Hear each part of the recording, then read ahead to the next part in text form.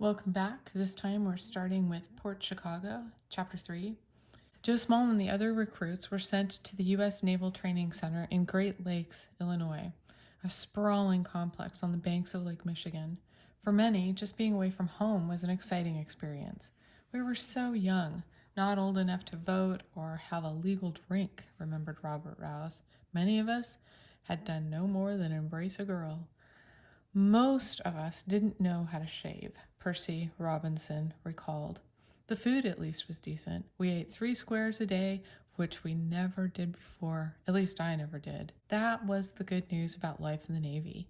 The bad news was that the men couldn't go anywhere at Great Lakes without being made to feel like unwelcome guests. The first thing they did, remembered a sailor named DeWitt Jameson, was to start segregating us. Percy Robinson described lining up for his first meal at Great Lakes. There were 2 lines, he explained. He stood with the other black recruits. So you look around and there's another line over there that's all white. Robinson watched the white recruits march up to the main floor to eat. Then the black recruits were led downstairs to separate tables. Until that moment, he hadn't realized how completely segregated the Navy was going to be. The black recruits were actually housed in their own separate camp, a brand new black-only training center slapped together when the Navy announced its new policy of accepting black sailors. The Navy needed somewhere to train these men, but didn't want them mixing with white recruits at Great Lakes. Classes at Great Lakes were segregated: musical bands, sports teams, everything. The attitude of the Black Camp's commander, Lieutenant Commander Daniel Armstrong, was typical of the times. He had his men decorate the base with murals of black naval heroes throughout history, from Dory Miller all the way back to black sailors who served with Revolutionary Captain John Paul Jones. The murals were Armstrong's way of honoring black sailors, but the same officer wouldn't allow black recruits at Great Lakes to compete with whites for spots in special schools that trained sailors to be electricians, radiomen, and mechanics. He didn't think they were smart enough, so he didn't even let them try. Just how deeply ingrained was segregation? Absurdly, the military even segregated its blood supply. Military leaders knew there was no difference between the blood of black and white men. They knew it was a waste of time and money to store 2 separate blood supplies. But that was the tradition, and no one in power wanted to challenge it. Our caption here says that sailors in formation on the parade grounds at NTS Great Lakes. And there's the picture. Negro sailors, we were called Negroes, Negro sailors, were not accepted as real seamen, remembered Robert Edwards, who came to Great Lakes from Brooklyn, New York at the age of 18. Edwards never forgot the day that Secretary of the Navy Knox came to visit Great Lakes. We stood on the parade grounds for about 2 hours waiting for him to come by, and he went to all the white camps and inspected the white camps and then left. Edwards remembered, that didn't make us feel very proud or patriotic. For 12 weeks, the black recruits exercised and marched and stood at attention. They scrubbed their barracks spotless and practiced at the rifle range and took swimming tests in the pools. They were never trained to handle explosives, but were not surprised by this. They had no idea it was something they would soon need to know. As boot camp neared an end, the men swapped guesses about where they were going next. Like most of them, Joe Small imagined himself joining the fight aboard a ship at sea. It's what he was trained for, so he believed. Martin Bortnov felt the same. When I first enlisted in the Navy, I loved the sea, he later said. I expected to be a sailor, like any other sailor in the Navy. Cyril Shepard knew all about the Navy's history of using black men only as messmen. He wanted no part of it. See, when I come to fight, he said, I don't want to come fighting with pots and pans. Most of us, a lot of us, wanted to go overseas. and wanted to shoot to get into combat, agreed Percy Robinson. We figured that by serving and fighting and dying in the service, that when we got home, we would get better rights. Think about that. Robinson felt he had to prove himself in combat in order to win rights already guaranteed to all citizens in the United States Constitution. Spencer Sykes, a teenager from Florida, was so eager to join the fight, he convinced his mother to sign him up for the Navy when he was just 17. We had expectations to go to sea on the big Navy ship, Sykes remembered. The letdown was that once we reached our station, we found out that a lot of the things we had believed were a fantasy. Now, officially seamen in the United States Navy, the young men boarded trains headed west with no idea where the Navy was sending them. In California, buses carried them through the gates of the naval base about 30 miles northeast of San Francisco. The buses climbed a series of tall hills covered with dry grass. From the top of the last hill, the men looked out at the flat stretch of land along the banks of a mile-wide Suisun Bay. There were a few wooden buildings scattered around the mostly empty space and a pier at the waterfront.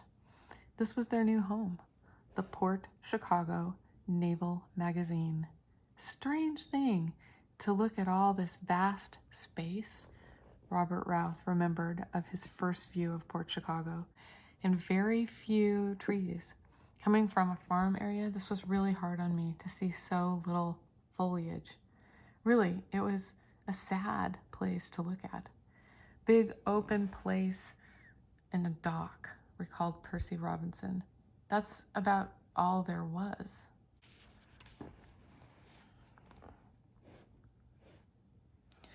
So this is Port Chicago sailors at work on the loading pier. Dumpy looking place, way back there in the boondocks, said a sailor named Freddie Meeks, echoing the first impressions of many. And you were kind of disappointed because I really wanted to go out on a ship. The bigger disappointment was still to come.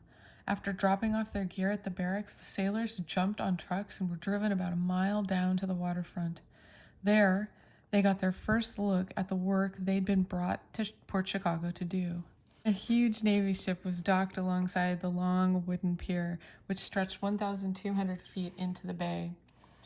There were railroad tracks on the pier, boxcars sat on the tracks, crews of young sailors in dungarees and blue work shirts were hauling heavy bombs and crates of ammunition out of the train cars and loading them onto the ship. All the officers standing on the pier giving orders were white.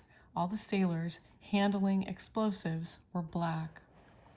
Captain Nelson Goss, commanding officer at Port Chicago, was not pleased with the personnel the Navy was sending him. He didn't want black workers or any minorities if it could be avoided. Most of the men obtainable from these races do not compare favorably with those of the white race, he complained. His busy base had one mission, to load bombs and ammunition onto ships, and he felt the black workers could only do about 60% as much as whites. The feeling was mutual. Goss didn't want these men, and the men didn't want to be there. Sure, the work at Port Chicago was a vital part of the war effort. American forces battling Japan in the Pacific needed massive supplies of ammunition, and someone had to load it onto the ships. But that didn't lessen the men's frustration at being denied a chance to serve at sea.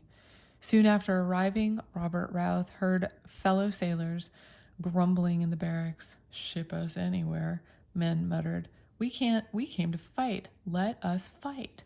There was an even more immediate problem, though, and Joe Small spotted it right away. At Great Lakes, the sailors had been taught nothing about the safe handling of torpedo warheads or massive incendiary bombs.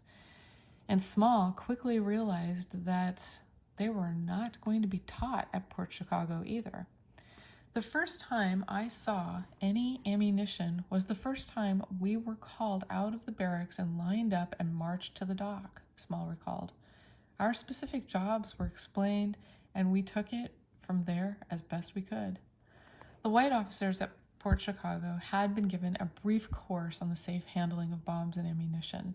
They'd also spent a few hours at ports on San Francisco Bay watching professional stevedores at work loading ships. That was the extent of their training. It was more than the black sailors got. The Navy never even gave the men any kind of written manual describing how to handle bombs safely. No such manual existed. Some safety regulations were posted on sheets of paper at the pier, but not at the barracks, where the men might actually have had time to read them. The officers didn't think the black sailors would be able to understand written regulations.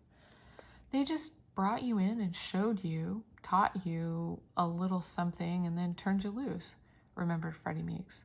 I didn't know what to do, Morris Sublette later said.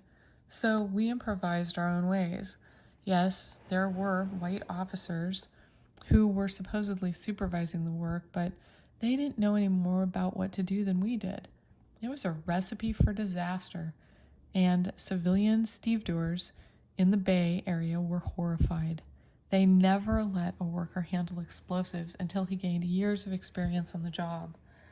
The Longshoremen's Union offered to send trained loaders to teach the Navy recruits. The Navy never responded. From the moment they arrived at Port Chicago, most of the men lived in constant fear of a catastrophic explosion. 17-year-old Spencer Spikes was convinced he'd die at the base. Boy, I'll never make it back home, he thought as he worked. I'll never see my mom again. Thanks for hanging out with me again for another chapter. See you tomorrow.